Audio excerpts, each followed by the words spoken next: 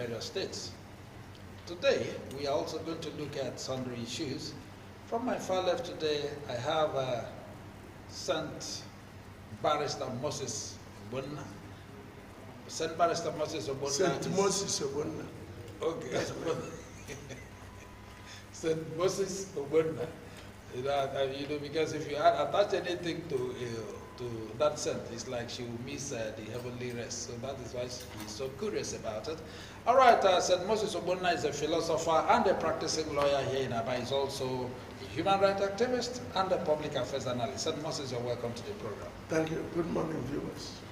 I have, after him, I have Comrade Nnamdi Lekwachi. Comrade Nnamdi Lekwachi is a historian, a political affairs analyst, and also a public affairs analyst. Nnamdi, you're welcome to the program. Thank you for having me join you. It's such a privilege. All right, today we'll be looking at the CBN governor, Emefiele, who has failed 2 times to appear before the House of Representatives. The lawmakers have insisted on their December 8, 2022 directive to the Apex Bank to put the policy on withdrawal on hold. On Tuesday, that is yesterday, the lawmakers reiterated that the Central Bank of Nigeria must not proceed with the cash law that established them. Are they supposed to take orders from the Federal House that have commanded that they should keep the withdrawal policy on hold? Well, there is no law that says they should take instruction or order of monetary policy. But where there is overriding public interest, the National Assembly may have a role to play. In terms of having a conversation, then that is why you need synergy amongst the 3 arms of government. So what is happening now is part of democracy. There ought to be a dialogue. If the National Assembly perceives the central bank as having gone against public interest, because mind you, when you say National Assembly, it means everybody is represented there, including the central bank governor. Even the president has a constituency and is represented by a lawmaker, you understand? So not appearing. I see. I will not call it insubordination, but it is clear lack of cooperation. He ought to cooperate. Okay. Yeah. St. Moses Ogbonna, you are a Nigerian and you know what is happening. And then shortly before this third invitation, the lawmakers through Gbajabiamila, the Speaker of the House of Representatives, had said that Nigerians are seriously protesting because of the cash, the withdrawal policy. They don't appoint a central bank governor from outside. It is one who has been growing in rank and file. In the financial institution. One who knows what policy, the effect of what policy will make on the economy, the effect on individuals, the effect on political interest holders. These are various interests. Interest of the traders, interest of industrialists. He knows whatever policy they are making, what interest, what effect it will be on these interest groups. They will also, like he said, consider the overriding interest of the nation. And where there is a conflict between the overriding interest of the nation and that of individuals, be he the trader, the politician, the industrialist, it is that overriding interest of the nation that central bank will protect. Now, what is this situation? Before now,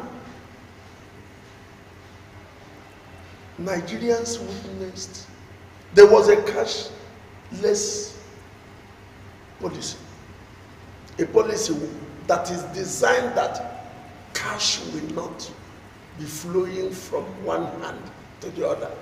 Cash will not be stored in a man's house.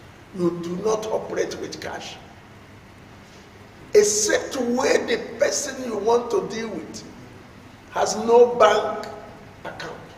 And in fact, the way it is designed, that's why opening a bank account now can be done online. Before now, you have to have a very huge sum of money before you can open an account. But because of the cashless policy, the central bank designed it that all banks will have to make it possible for people to open an account free, so that cash transactions will now be through banking transfers. That has been there, but has it been implemented? You see politicians who, some will even, these people who are inviting him, know very well that all the design for this country will fail with the policy, the renewal of the policy. Not that it is a new policy. What I call the actual implementation of the policy that has been made for a very long time. You see people weigh crocodile, we swallow money, and that money cannot be traced into a bank. Where kidnappers will demand ransom, cash, 50 million, 100 million, 200 million, and it will be paid cash. When politicians have earmarked the amount they will use to buy votes, 100,000 per voter. We even had a certain presidential candidate that has said that you can even pay 1 million per voter. When they go for their rallies, you see them carrying bullion van to the rally ground, where monies are bagged in sacks and distributed to politicians. Whether anybody likes it or not, I doff my hat for Buhari. President Buhari says, I will make sure I hand over the person, the people, the voters voted. Not the person that was able to buy the voters. Why they are crying is because the withdrawal policy will not make it possible for them to buy voters. Let them transfer the money to the voters. Let we know how much was transferred. Let us ask them why the money was transferred to them. He can answer the Senate or House of Representatives. Like he said, it's a Senate. But wherefore he feels that such invitation is to begin to cow him into perfecting the interest of those politicians that the nations are suffering. Did we start suffering today? Even when they pack these monies into their hands, people are suffering. Salaries were not paid. Cost of goods are very high in the market. Cost of petroleum, did we see the cash? They backed it into their homes, believing that they will use that money to buy their vote. Emefiele, I doff my hat for you. The citizens and the downtrodden of this country, the voters of this country are behind you. Keep it up. All right, comrade, before we leave that aspect, outside the politicians who are crying wolf because of these withdrawal policies. So how do you think that this can affect the common man in the village, especially the petty traders who buy above 20,000? And most of them cannot go to bank because of the nature of their business. Yes, where it can affect them is not even the area of the cash now, it's the area of the technology. You understand?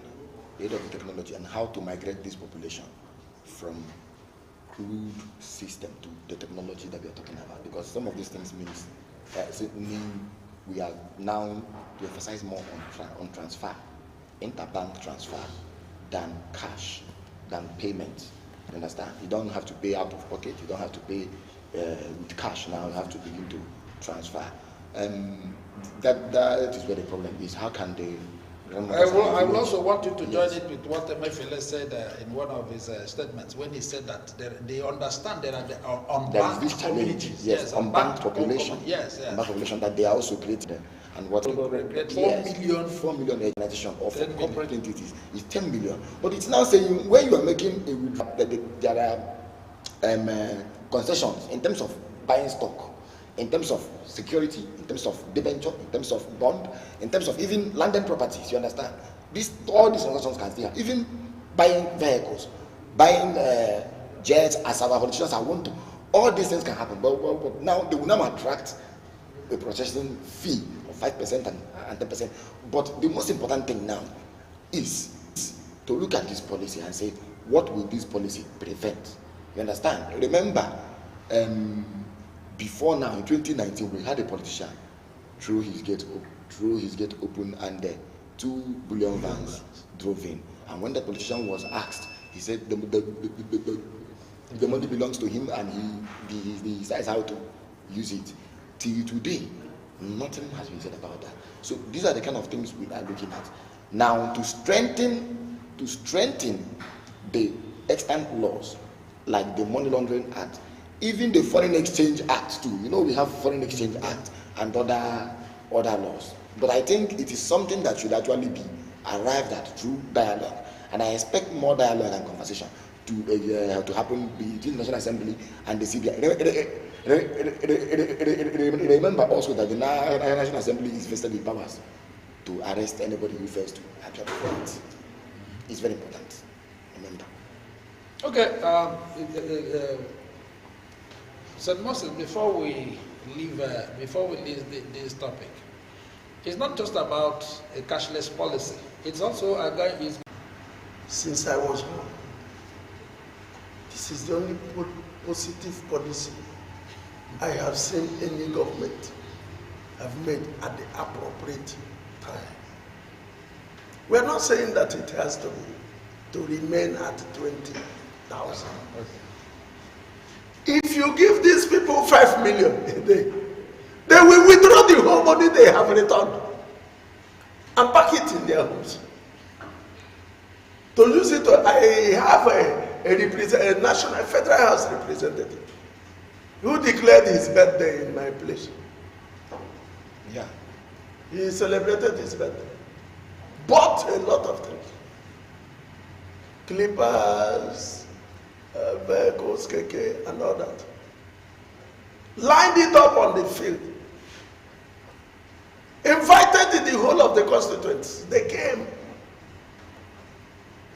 Happy that they will benefit. He was going to share these things to them.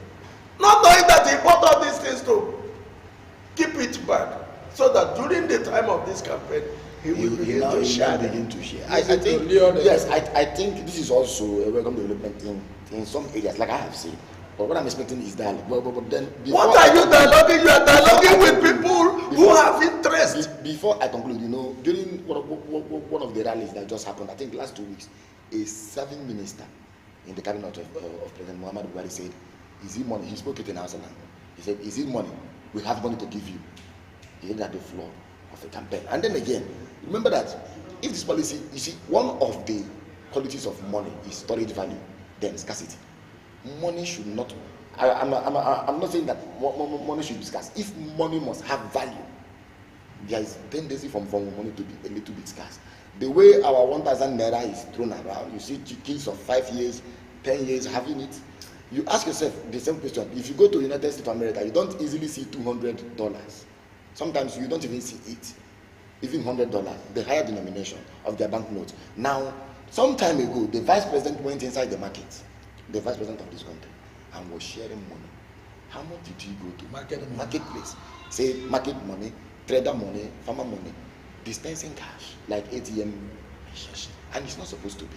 So, this is why I am saying, to an extent, yes, there is every reasonable, in fact, there is every reason to do what, to place limitation on withdrawal, the threshold, you understand? But then, we also have to make sure that we carry people along, especially those who are not yet to understand the rudiments of technology, those who cannot even operate tablet or phone. There are people who don't even know how to operate the ATM. You understand? See, so these are the things we need to gradually. We were in this country. We are in this country when this minister, was he a minister in charge of customs? Interior Minister of Interior. I think he was the director of customs. Okay. Controller General. Controller General was invited by those senators and national. He told them he's not on that. Okay, he's still there now. Hold the temperature. Hold the. Did they ask DSS to arrest him? We know they didn't, because he told them, look, I know whom I am under. I'm under the president. If what I am doing affects you, change your ways. I am not coming. He did not go. They did not order his arrest. The Emefiele man is under the president. And the president says, go ahead. What do you want to do? He went to Mr. President and they informed him, explained to him what he wants to do. And Mr. President says, go ahead. In fact, if we were in a country where things ought to be done the way it ought to be done, the moment the minister says, I'm not aware of what he said, when the president that appointed him have given him the go-ahead order, that minister ought to resign. Because he is showing lack of loyalty to the president that appointed him. You see, let me tell you, the interest of this country is, did you hear the central bank governor telling us that even an NPC does no longer remit a kobo? Okay, all the monies that we have in NPC, where does it go? Federal House of Assembly, House of Representatives, and that of the Senate has not invited the chairman of NNPC. Is Mr. President not in charge of... the Mr. President is the petroleum minister proper. The same president that is... NNPC is under the good. President. Why did they not invite NNPC? Why should they invite Emefiele, who is under the president? There have been summonses to the NNPC. It's not even about today. There have been summons, yes. My worry is asking remember there was a time NNPC had over 20 accounts. Yeah. Shortly before NNPC started saying the reason for non-remittance as we have it now is because of subsidy, that they are paying for subsidy and all that. All right, that's the much we're going to take on. Let us briefly look at this within a minute and go on break. That is what we're talking about is about a young man, a 21-year-old young man. His name is Ifeanyi Ubua. Ifeanyi Ubua has been arrested by members of the EFCC. And on confession, he said he has only made 500,000 naira. A young boy of 21 years and had to use 230,000 naira to buy iPhone X and then use the remaining to bury his father. Though he was sentenced for just 1 year because he pleaded guilty and so on. He was just sentenced for 1 year. Now we are talking about the value of naira. A boy of 21 years who may scarcely be leaving the secondary school institution has 500,000 to his account in his credit and had to buy a phone of 230,000 naira. iPhone X. I don't know the cost of the phone you have. Yeah. So that is it. What is this country becoming? And a lot of people, a lot of commentators on this issue have blamed it on the economy. Then my question is, let me start with you, St. Moses. Is there any excuse for any form of crime? You see, when you see this kind of crime, as far as I'm concerned, there are laws in this country that controls money. This 500,000 was to his credit in the bank. Yeah. And the bank knows the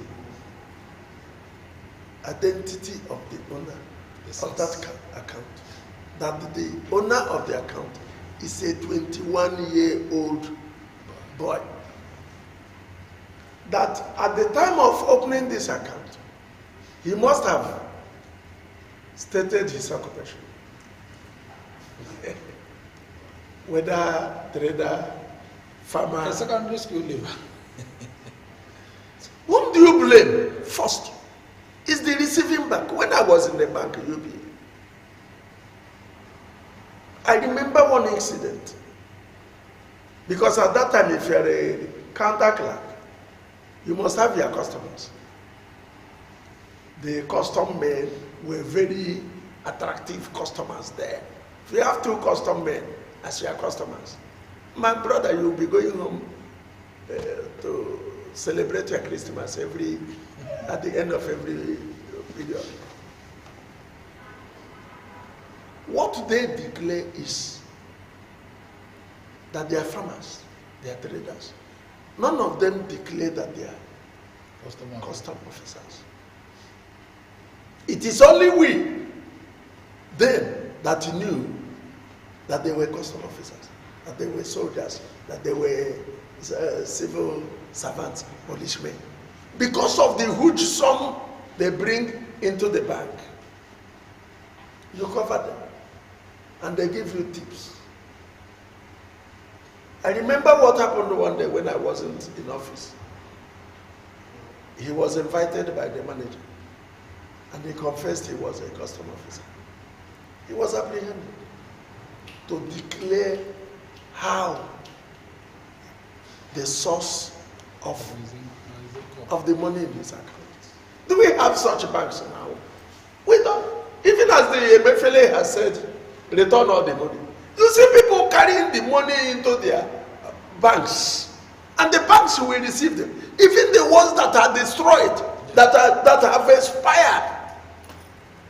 The other day they said, I don't know if it is true, 3 trailers, 4, 3 had already gone. 1 had an accident, and when the villagers thought it was goods they will salvage, then when they saw it was Naira, and all of them were destroyed. On feet. You see, the banks ought to sit up and help the economy of this nation. Okay, comrade, we are going on break now. So, what are you saying about this? 21-year-old. Yes, I think confluence of factors. But if you look at if you look at it from it's a certain perspective, you see the money question is 500,000 naira. If he had left school, maybe at the age of 18 and for 3 years and has this money, I won't be questioning it, because our money is constantly depreciating every other day. But I think it's not bad. The thing EFCC has done, if like some Moses said, you see, if the background of the owner or the biodata, you have your biodata, even your thumbprint, your signature, everything with the bank. If information around this guy seem to point to the fact that he is not legitimate, or he doesn't have to host amount of money, what EFCC has done is fine. But the question is, why is it that when it comes to high-profile criminals or high-profile crime, EFCC is almost silent? You remember the case of Invictus Obi? What of this? Yeah, all these things were things that even in most cases, international agencies, in fact, foreign countries will help us. The young man who was arrested in the United States of America, who even indicted our Super Cup, it was not in our country, but he was duping people here. You understand? So to me, I think, yes, EFCC is doing well, but they should also extend their dragnet to make sure that justice is everywhere. All right, EFCC say you're doing well, but you need to do more. All right, that's where we're going to go on a very short break, and when we come back, Nigeria Today continues. Don't go away. Keep watching Living TV. Allow me to enjoy myself. I love you. Oh, yeah. Have you heard that Living Television, the latest satellite station on SatView channel, is received all over Nigeria and Africa? You can watch Living Television on every free-to-air HD decoder, including Strong HD and CSAT HD. Why keep paying for monthly subscriptions when you can have fun for free? With Living Television, you can watch lots of wrestling, football, documentaries, and Nigerian films, including discussions and debates on current Nigeria issues. Watch free live matches on La Liga Spain come Serie A, Italy come Bundesliga, German League 1, and French matches on over 80 premium channels. Wow! You can also sponsor your programs such as live church services and crusades, political rallies, burial and wedding ceremonies, promotional interviews, announcements, advertisements, documentaries, and commercials. We are situated at number 1 Jeji Street off Ikorebane Road, Aba, Abia State. For further enquiries, call 0805 367 3900. Signed, Management. I love you.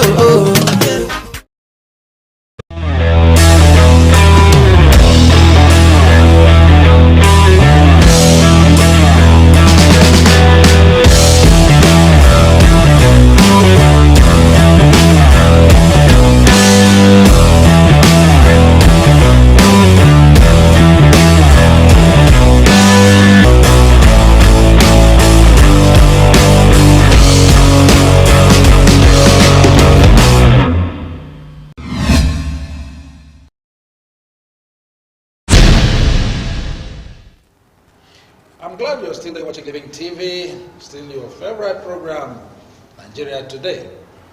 Gimbadek Doyin Okupe steps down as the Council Director General of P2B's Presidential Council, or the Presidential Council of Labour Party. In his letter to P2B, the man Doyin said that the letter he wrote to the presidential candidate of Labour Party, Peter Obi, he said that I have invested too much in your campaign to allow my travel to become a source of distraction to the quality of a campaign we tend to have in Nigeria. On this note, he said he wishes him well, that he will have to step down for another person to come up so that his indictment, and we should also know that the man we're talking about was convicted of violating the Money Laundering Act, and because of that and because of the scandal, he decided to step down. This is unlike Nigerians. St. Moses. When I heard it, I said, yes, it appears we are going to reclaim our country. We used to hear about this in overseas countries where somebody is indicted and he did not even wait for appeal. He did not want to justify what he did, because Okupe has something to say that appears to justify receiving that money. But because of the sincerity they exhibit in making sure that this country has to assume its position, he has to step aside. I doff my cap for him. I say, P2B, ride on. Okay, comrade. Yeah. The ordinary Nigerian, the normal Nigerian would have gone on appeal and would want to maintain his office. But this man, I think we've had many cases, who want to remain in office and continue what they are doing. But this man had to step down willingly and was not compelled, nor was his appointment terminated, but he did it willingly in Nigeria. Well, thank you so much. I think the question should be, what is his position? What office is he occupying? Is he an executive minister, or a sitting governor, or a senator? Yes, that's where I would have been more interested. Even on the political appointment. Yes, an executive minister, a legislator. We have all of them there who have been accused of one thing or the other, but they will still sit tight. In the days of America, we had the sit tight ministers. We still have them in the federation. But what Doyin Okupe did is noble. Remember, he had been fighting many battles, including dismissal from the party, from his state, Ogun State. the the State Executive Council of the party, that's the SEC, at a point said he was not paying his dues, he was not doing this, and they even they threatened to sack him. It's been so much for him, and the pressure is not letting up. So he had to step aside at a point when it was needful. But there is something to it. You see, yes, we should not always look away from the fact. I read the case, everything to the letter, and I think it was Dei Nokube on the other side of the law. You see, he used a company to which he's a signatory, company that belongs to him, say Abraham's Telecommunication, to receive some of this money. You understand? And that's you using the company as a front from 2012 when he became the SSA to the president, then to 2015. And the reason adduced to me was not sufficient. Say to launder the image of the president. You see, we remember in this country we witnessed a time when under a dictator, some persons, including those from this town, went as far as CNN to launder the image of the president. We waste a lot of money. I can tell you that there were reports pointing to the fact that even the image of President Muhammad Buhari was laundered. They invite PR experts,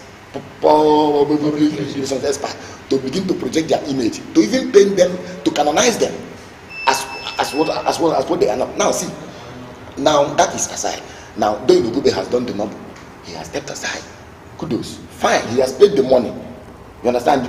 Because the judgment handed down said option of fine 500,000 naira for each of the 26 count charges. Now it means he was to pay 13 million naira and he paid the money and stepped aside. That's good. But remember that if you are talking about this, we say money laundering. I have talked about the case of Tinubu. The EFCC, I'm saying it is my personal view, is compromised. I will establish it. The same EFCC, when I am a member of civil society groups, some of us were writing saying what Tinubu has done is wrong. EFCC said, okay, if you think he is wrong, write petition. Nigerians wrote petitions, litany, panoply of petitions, including the one by my friend, my late friend, Ariyo, and then Deji Adeyanjo. They wrote petition. They sent to EFCC. Those petitions are still there. What crime did Dei Nokube commit? Said, okay, he received money in excess of the benchmark. You understand? According to the Money Laundering Act of 2022, as amended. Mind you, the Money Laundering Act has been amended 4 times: 2003, 2004, 2011, and then we have 2022 amendment. Now it's fine, but why is the EFCC not doing the same thing, extending the torchlight to all the political actors? Do we believe now that as campaign is happening, although the political parties are not, you understand, giving money, as in the banknotes or our own currencies are not exchanging hands? It's not. So to me, I think EFCC should do more. It's fine. I love the justice that was done, but I think, like I said before, EFCC should also do more to convince Nigerians, especially someone like me, you understand, to repose my confidence in them. Thank you. All right, St. Moses, the young man in question is occupying, I think, one of the biggest positions as far as Labour Party is concerned, and then also because of Obi's recent popularity in the nation, like Ezefe would say, at the hands of God is in this. And then, even after paying back all this, that means he has settled Nigeria, the court, and is supposed to be a free man. Yeah. And yet, because of scandal, he had to withdraw. No, if we have a nation that is blamed, the moment you are accused of anything, you step aside. Exactly. If you're indicted, you go. If you are not, you return. You see, when you look at the oath of service, it is there that whenever you are found that your interest conflict, personal interest conflicts with that of the society, you abandon your personal interest. So what he has done is showing us that if Peter Obi finally becomes the president, that at least we are going to have people like him. Because I think Peter Obi is the only governorship governor, former governor, that has come out in politics Clean. at this magnitude. And nobody has been able to say you did this or you did that. Even the argument we were having the other day was the quality of investment he made. Not that he looted money. No. The quality of investment he made. The investment he made. Even the quality of investment the man is talking about, that is next to nothing. People have told him if they are next to nothing, you make your own. Bring it now. You see? Bring it. No, not to make your own. Somebody says I'm ready to acquire. And they will offer money. I project said that will pay. You see, any government that can be found to be near as clean as Anambra State under Peter Obi.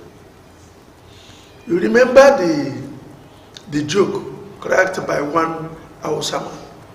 He said that when the person that took over from Peter Obi quickly established an airport. Okay. Yeah. Airport. He asked him, my friend, you just came in. You just came in and you are Obiano. He said, you are dazzling everybody.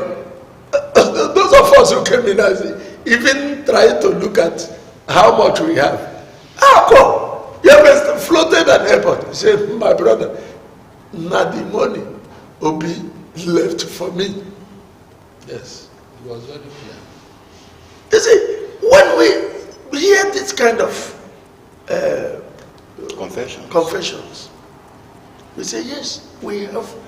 Why we have Nigeria like this is because we have not had people like Peter Obi in government.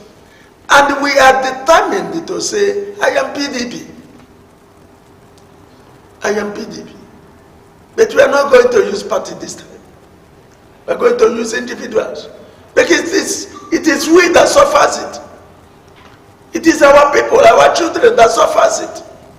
Let us have a man who can look at this country and divorce himself from where he is coming from, his religion, his ethnicity. And they say, this is Nigeria. We want Nigeria. The first national anthem says, Nigeria we held our dear native land. Though tribes and tongues and the religion may differ. And brotherhood. We want this brotherhood to return. All right, let's look at this. Fulani youth in Nigeria under the aegis of Endan Fulaku yesterday endorsed the candidate of the Labour Party, Mr. Peter Obi, as their own candidate. The Fulani youth, they endorsed Peter Obi yesterday. And that's the presidential candidate of PDP. And their group chairman, or their group national president, Dr. Ibrahim Abdullahi, confirmed this endorsement when he led members of this sociocultural organization to the Ohanese, not Ohanese this time, but the Igbo Elders Consultative Forum in Abuja under the leadership of former governor of Anambra State, Ezefe. And then said that they are really ready to work with P2P and to ensure he becomes the president of Nigeria. Yeah.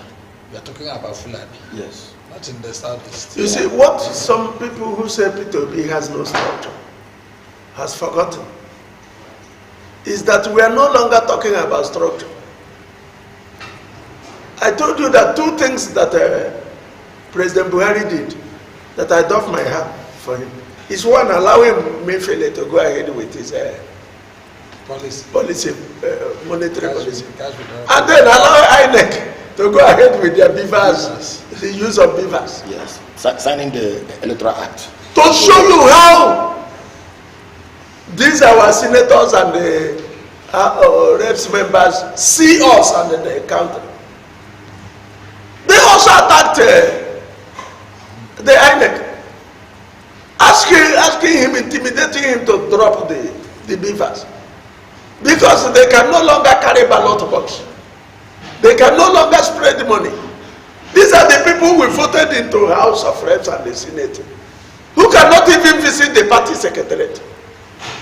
At the time their parties refused to give them ticket, they all left the party and they joined other parties where they have tickets and they are coming to intimidate the INEC to do what they want because they are in the federal house. I have one in my place.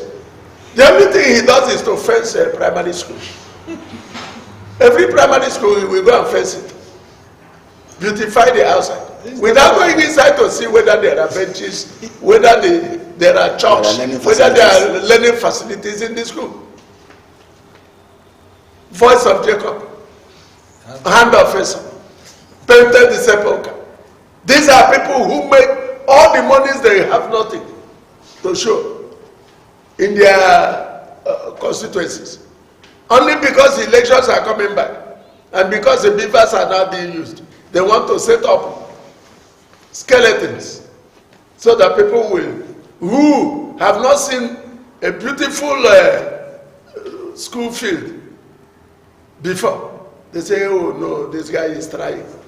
Is he trying? Are your children sitting on desks? Are the teachers being paid? Have you done anything to put up facilities, build toilets in those schools, build health centers for them to, and equip them? Because you want us to see without knowing. No, this time around we will know, even when we do not see. Okay, comrade, talking about the Fulani youths, led by Dr. Ibrahim, Yes. Making sure that Fulani youths we're talking about, just like somebody said that, that it was Barrister Wong who told us here that has been opportunity to meet with some of the Fulanis, even some of them are members of the Anglican Church and the Anglican Communion. And then for them coming together, knowing fully well there are some Fulanis who are in distress, who are in this presidential rent. Yeah. And then they have to choose people. Yes, I think it speaks much about the color of Obi's projects and outfits or his political enterprise, which to me has the color of the nation itself. Understand? Just like you have the PDP and APC everywhere, Peter Obi is also now everywhere. He's a candidate to beat. And I give it to him as far as campaign is concerned. I have said it here before, and it still remains my opinion, that Obi seems to be leading the pack, or that's tagging along. He is the man who halted his campaign just to sympathize and empathize with victims of flood, those communities ravaged by flood. In fact, let me tell you this, you see, I was in Abuja a few days ago. You remember when I went to Abuja? I had with a barber. I was at the barber shop. So a conversation ensued. I asked him whether he'd be voting. He said he'd be voting. And I asked him his stake. He said his stake, I'm sorry to say it, but he said his stake is Peter Obi. I said, well, he said he even contributed money. I think he said 6,000. But this guy is using a shop that is not even his. He's serving somebody. But he put out his own money to stake in the project. So the campaign about Peter Obi has been owned by the people. It's not just about this man again. In fact, people have actually taken the campaign, and that is what it should be. We are also seeing people volunteer to march for Tinubu to Atiku. But Peter Obi, to me, I am not saying that he has won the election, changed the narrative. Yes. We have to admit to him. He changed the narrative. That people saw that it's not just about money, it's about sacrifice, it's about appealing to people's conscience, it's about speaking the right things to them, it's about making yourself present. See, this is a man who has never failed to appear whenever there are debates, whenever there are conversations. This is the only candidate who has talked to BBC, he has talked to CNN, he has talked to Arise, he's talked to channels, he's talked to everywhere. He's appeared everywhere. And the same thing is what he's saying. So, to me, I think those who have said this, these Fulani people, yes, is part of the things we see in politics. Mind you, also, there were also a group in Anambra, I think, a group of women who said they were either adopting Atiku. So these are the things you see in politics. It's just about interest. But I think public interest should begin to speak louder than personal and partisan interest. Do you know one thing? I'm an Igbo man. Bread does not cost differently. Curry does not cost differently in Anambra or in anywhere, even Fulani areas. It is the same. In fact, it is the Fulanis that suffers more in this Fulani government than we, because they are villages and hamlets. Yeah, they live in the margins. Moved away. They are now in the IDP camps. So why must somebody come to ask you, vote for this man because it's a Fulani man? It's not an Igbo man. Yeah. When the Fulani man that is there has not protected you. Okay, that finally, before we go, the main signals. The Director General, Nigeria Institute for International Affairs, Lagos, Professor Egosa Osage, has warned that politicians in the country will continue to get away with corruption because they are busy buying the voters, the electorate. And then he also said that has also started again indirectly. Yeah. And if it's not checked, they may have their way again. Yes. You see, Somebody came to me yesterday and said, we're not going that they won't vote if we don't pay them. I said, don't you hear that? You can withdraw more than 20,000. That the little 20,000 that we withdraw is for my family. yes. Is that supposed to, it's a But good then excuse, yeah. it's a very, to me, it's something that we have to interrogate. It's a very bad one. Potentious. It's potentious in a negative sense. And why am I saying this? I'm saying this because the the electorate, they have this, their mind is wired to believe that politics is just about Money. cash for hand, thumbprint for ballot. It shouldn't be that kind of transaction. It shouldn't be transactional. And you see, and that is why I'm also giving kudos to the president, one, for signing the Electoral Act into law, and then again for empowering INEC for not even joining the conversation. The president was in the US. He made it clear that his best gift for this nation is free and fair election. He said, let the best candidate win. He said it. And then again, remember that the APC chairman, it wasn't even up to 3 weeks, the party of the president came out to say that INEC should not continue. INEC should discontinue with BVAS. You understand? See, INEC has, in fact, INEC is giving given 307 billion naira to execute this election alone. 117 billion is going into technology. They say they want to be up and on top of the situation. That during the Osun and Ekiti elections, their server was under constant attack, constantly being attacked by some politicians. We've seen that offices of INEC are being burnt across the federation. We've also seen that politicians have gathered citizens to harvest from them their VIN embedded in the PVCs. Pay 5,000, 3,000 in the north. Mr. Mototo, you should also remember here, we even talk about it, people are laughing. 2,000 naira per PVC. That is how they have weaponized poverty. And that is why they are not letting up. That is why they are busy trying to see if they can truncate, undermine this process. Many governors, many senators, many House of Assembly members, many legislators cannot win councillorship election. That's why they are not that popular. I advise, and that is why they can do anything. I advise to either hijack the process or to even kill it. That's why you are seeing a legislator stood up at the National Assembly to say his community doesn't have network when we know the community. Stood up at the National Assembly. A senator for that matter, who has been a governor. Now it speaks to something. You understand? And I believe why they have actually prevented is because power is gradually coming back to the people. And that's what they want. That is not the status quo they want to preserve. Yes, so to me, I think the most important thing is this. Yes, politicians are buying money. Well, what they have said, the NIIA, I am very close to NIIA in Kofi Abele Ministries. I have said it here before. I'm expecting them to begin to even organize debates. What Tinubu went to do in Chatham House, NIIA is the equivalent of Chatham House in Nigeria. Some of us are members. NIIA, Nigeria Institute of International Affairs, is the equivalent of Chatham House. So it's not just about being declarative, issuing statements. I am expecting them to go one better this time around. Begin to talk about this. See, politicians are deploying means. I can't begin to tell you. In fact, even, oh my God, they are harvesting VIN. What are they trying to do? From my own little intelligence, what they are trying to do is to know the people who are within each polling unit so that they can know the amount of money they can dish out as their watchers to buy over. But God is helping us. The narrative is gradually changing. Yesterday we saw online where one of the candidates was giving money to somebody. Well, whatever that was for, I cannot tell, and I do not know. But believe you me, voter inducement is now the next thing. People should be aware. You cannot mortgage your future for 4 years because you collect 5,000 naira, 4,000 naira. I have advised the national chairman of INEC to involve handset. I prophesied it earlier that they are going to attack the INEC offices. They will even attack the polling units. Yeah. Make it possible. Since I could stay on my bed and revalidate your PVC. Even to register online now, INEC made 22 technological innovations. 22. There is even the one we are not even aware of, ABIS, Automated Biometric Information System. Any fake information in their register, they can easily detect. When there is no correlation, they can yank off the registrant. 2.something million persons were yanked off. I can vote while lying on my bed. Yeah. If Boko Haram is disturbing the unit, you vote from your house. Star 222 star pin#. Yes.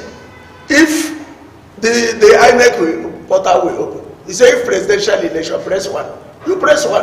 Yeah. All the presidential parties will appear. Yeah. Say if APC, press 1. If PDP, press 2. Yes. If ABGA, press 3. And the moment you press, you have voted.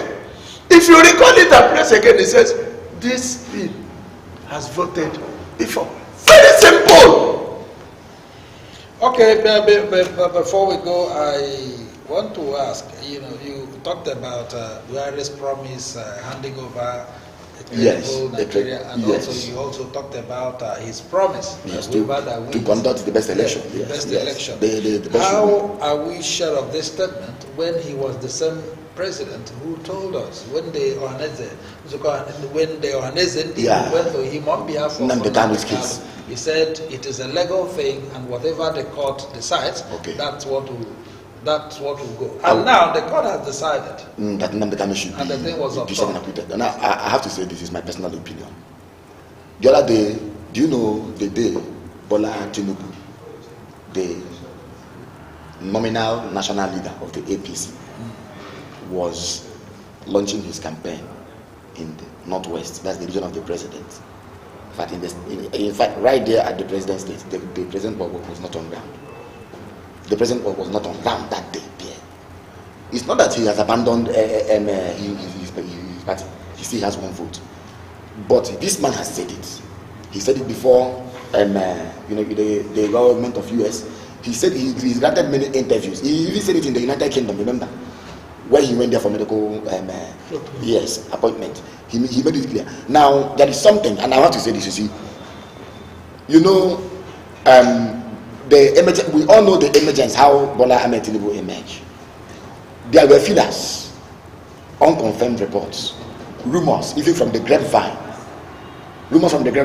that the president had preferred a particular person.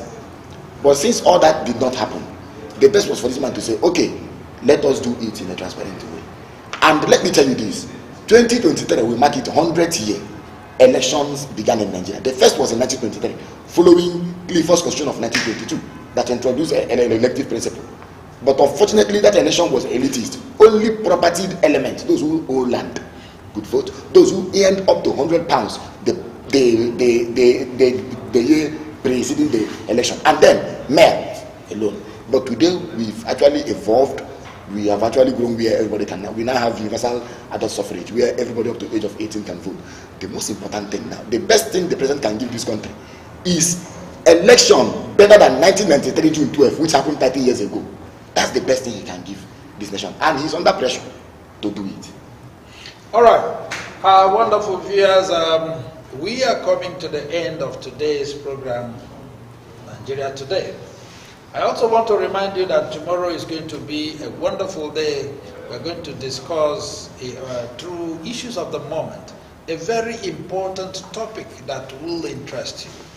We are going to take a look at the 1916 colonial masters rule in Nigeria with the local government, how the local government failed until 19 1976 reform by Olusegun Obasanjo. We are going to look at this and also compare it with what the federal government, accusing fingers, they are pointed on the governors that have insisted or rather helped to increase poverty levels in Nigeria. So it will interest you to watch, continue watching Living TV, watch our issues of the moment tomorrow, and our phone lines will be open for you to make your contributions or ask questions, because professionals will be here to discuss that same issue. Having said that, today from my far left, the Zoom lines too. And also the Zoom lines, for those of you who were opportune to have our Zoom lines, it's still the same code. You can always make your contributions online also, or you call us. Our number has always remained 0961 84994. I take it again, 091-682-84994. You can always call in anytime, make your contributions, or ask questions. Having said that, today from my far left, it's St. Moses Obona. St. Moses, it's a pleasure having you today. Yes, I always advise President Muhammadu Buhari, it is your name that is at stake. Emefiele, it is your name that is at stake. The INEC chairman, it is also your name that is at stake. Like I was said, if you do not wish to be forgotten, soon after you are dead and rotten, you either do what is worth writing or write what is worth reading. This is your opportunity to do what is worth writing. All right, Comrade Nnamdi Lekwachi, it's my pleasure having you in today's program. Thank you. It's always my pleasure to be here. I second the motion.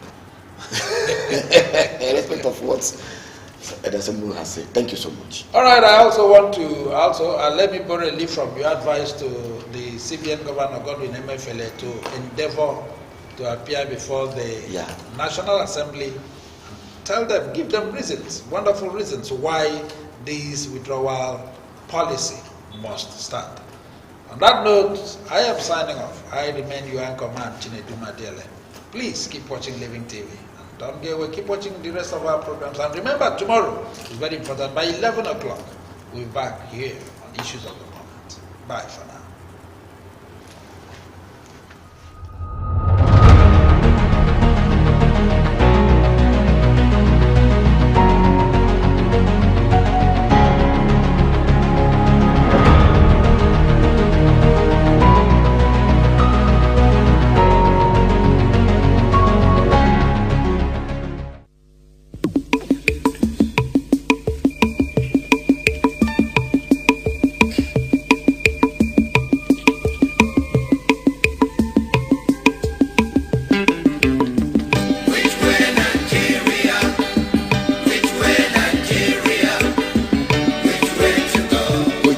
To go. I love my fatherland. Oh yeah. I want to know.